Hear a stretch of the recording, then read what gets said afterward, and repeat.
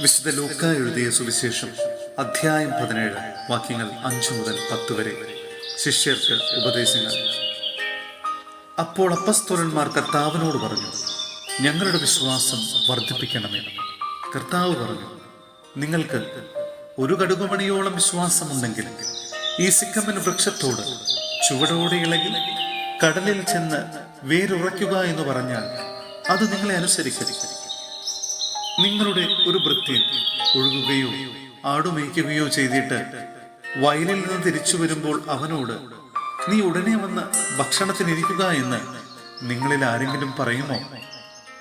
എനിക്ക് ഭക്ഷണം തയ്യാറാക്കുക, ഞാൻ ഭക്ഷിക്കുകയും പാനം ചെയ്യുകയും ചെയ്യുന്നതുവരെ അരമുറുക്കി എന്നെ പരിചരിക്കുക, അതിനുശേഷം നിനക്ക് തിന്നുകയും കുടിക്കുകയും ചെയ്യാം എന്നല്ലേ നിങ്ങൾ പറയുക? കൽപ്പിക്കപ്പെട്ടത് ചെയ്തത് കൊണ്ട് ദാസനോട് നിങ്ങൾ നന്ദി പറയുമോ? ഇതുപോലെ തന്നെ നിങ്ങളും കൽപ്പിക്കപ്പെട്ടവയെല്ലാം ചെയ്തതിന് ശേഷം, ഞങ്ങൾ പ്രയോജനമില്ലാത്ത ദാസന്മാരാണ്, കടമ നിർവഹിച്ചതേയുള്ളൂ എന്ന് പറയുവിൻ.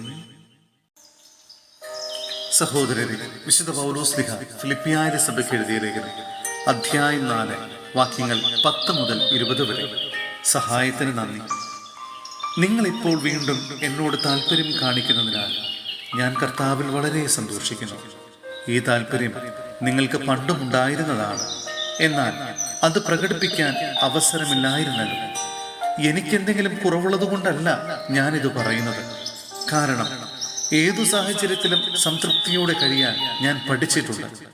താഴ്ന്ന നിലയിൽ ജീവിക്കാൻ എനിക്കറിയാം, സമൃദ്ധിയിൽ ജീവിക്കാനും ഏതു സാഹചര്യത്തിലും കഴിയാനും എനിക്ക് പരിശീലനം ലഭിച്ചിട്ടുണ്ട്.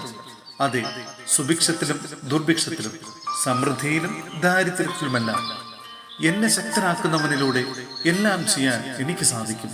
എങ്കിലും എന്റെ ഞെരുക്കങ്ങളിൽ സൗമ്യനസത്തോടെ നിങ്ങൾ പങ്കുചേർന്നു. ഫിലിപ്പിയരെ, സുവിശേഷ പ്രചാരണത്തിന്റെ ആരംഭത്തിൽ ഞാൻ മക്കെദോനിയ വിട്ടപ്പോൾ നിങ്ങളൊഴികെ മറ്റൊരു സഭയും എന്നോട് കൊടുക്കൽ വാങ്ങലിൽ പങ്കുചേർന്നില്ലെന്ന് നിങ്ങൾക്ക് തന്നെ അറിയാമല്ലോ. ഞാൻ തെസ്സലോനിക്കായിൽ ആയിരുന്നപ്പോൾ പോലും എന്റെ ആവശ്യത്തിന് 1-2 പ്രാവശ്യം നിങ്ങൾ സഹായം അയച്ചു തന്നു. ഞാൻ ദാനം ആഗ്രഹിക്കുന്നുവെന്ന് വിചാരിക്കരുത്. പിന്നെയോ നിങ്ങൾക്ക് പ്രതിഫലം വർദ്ധിക്കണമെന്നാണ് എന്റെ ആഗ്രഹം. എനിക്ക് ആവശ്യത്തിനും അതിലധികവും ലഭിച്ചു. എനിക്ക് എല്ലാം തികഞ്ഞിരിക്കുന്നു. കാരണം എപ്പഫ്രോദിത്തോസിന്റെ അടുത്തു നിന്ന് നിങ്ങളുടെ ദാനം ദൈവത്തിന് പ്രസാദിച്ചതും സുരഭിലവും സ്വീകാര്യവുമായ ബലി ഞാൻ സ്വീകരിച്ചു. എന്റെ ദൈവം തന്റെ മഹത്വത്തിന്റെ സമ്പന്നതയിൽ നിന്ന് യേശു ക്രിസ്തു വഴി നിങ്ങൾക്ക് ആവശ്യമുള്ളതെല്ലാം നൽകും. നമ്മുടെ പിതാവായ ദൈവത്തിന് എന്നും എന്നേക്കും മഹത്വമുണ്ടായിരിക്കട്ടെ. ആമേൻ.